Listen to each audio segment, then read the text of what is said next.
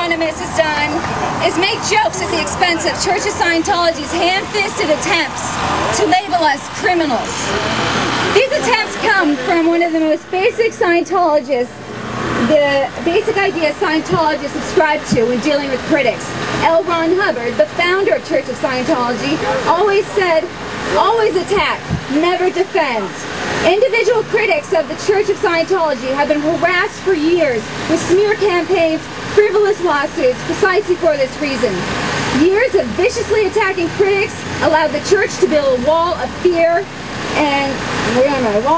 to keep most critics silent. These prior months of protests and activism have all but split their defenses in half, and their barrier has become fragmented and frail. We are far too many and far too vocal to be silenced by their decades-old policy that never took the internet into account, and the extreme freedom of information and connectivity, this series of tubes that brings to the individual. Anonymous is a pretty cool guy, breaks down walls of silence and isn't afraid of anything.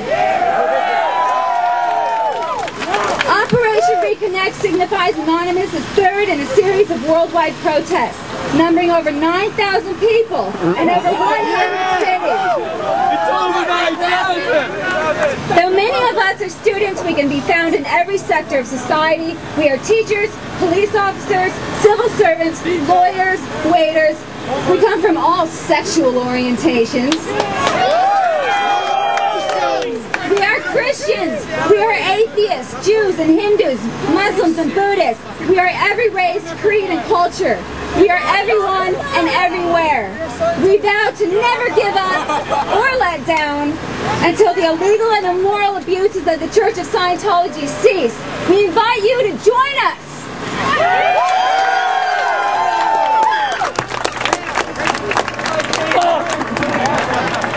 Yeah, let's hear it again. Let's hear it again for Bob, people. Let's hear it. Greetings, brothers and sisters of New York. How are you all doing today? That's what I like to hear. Now, an insignificant man once said, he has no redeeming value to anyone, anywhere. That man, a Scientologist, was talking about another man, our fallen brother, Sean Lonsdale. Scientology had tried their damnedest to convince others that the words they spoke were true. Warning posters bearing Sean's face appeared in storefront windows. Strangers called Sean's landlord, claiming they were investigators, and demanded information. At Sean's place of work, messages were left for his boss, asking if they knew about Sean's dark past. Sean's own telephone rang at all hours of the night, with accusations and threats, including, people don't live long doing this kind of thing in Clearwater. It's a trap! It's sickening how right they were.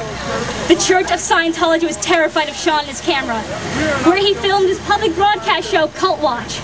Every day, rain or shine, Sean stood sentinel, documenting the happenings of the Church of Scientology in Clearwater, Florida. The Scientologist Holy Land. Sean, ever polite, always greeted the Scientologists with a smile whenever they came to interrogate him. I can say in full confidence that our brother Sean was one of the bravest men that ever lived. He was one man that stood against a monster. He was a man with nothing to lose. He was a man who stood up for what he thought was right and what he knew was good. Until his tragic end. He is an inspiration to us all. He never showed fear. His smile never left his face, and he never stopped fighting. No matter how hard they tried to beat him down. Up until the very end, he never turned his back to the wind. An epic man once said, they think because I'm a nobody and I've got nothing, that I'm easy to stop. More epic words were never spoken. We are Anonymous. We are Legion. We do not forgive, and now no one will forget. Come on up, Jack. Why don't you read it for us? How's everyone doing today? I'd like to start off by sending a little shout out to my Philadelphia Anons. How's it going, folks? What up, Phil? Yeah, man. All right, so this is for you Scientologists who are out there watching us today. I made this especially for you. It's a little love letter. Now, we're gathered here today not to berate you for your criminal practices or your violations of human decency, necessarily, but to reach out to you.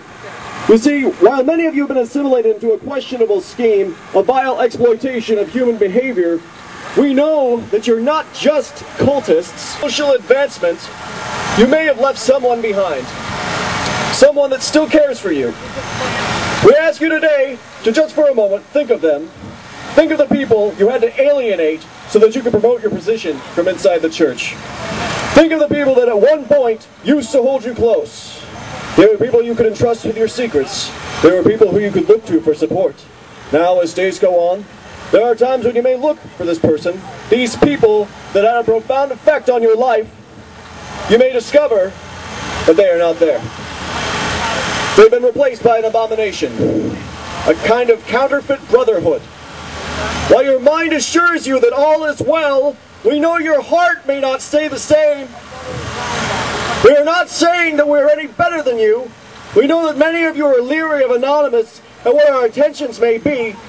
But understand, we are not daunted by the same pressures and difficulties that befall all human beings.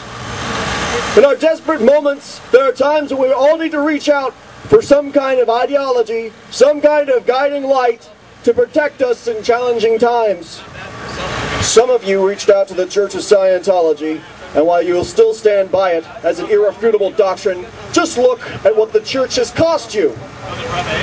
So many dollars may flow in and out of our lives. We may accrue so many debts and overlook so many losses. While the Church of Scientology has put a price on your salvation, what kind of price could they put on the love of your family and friends? What kind of price could they put on people that will support you unconditionally, no matter how much money you have? Isn't it difficult to discern that there can be no price on these things?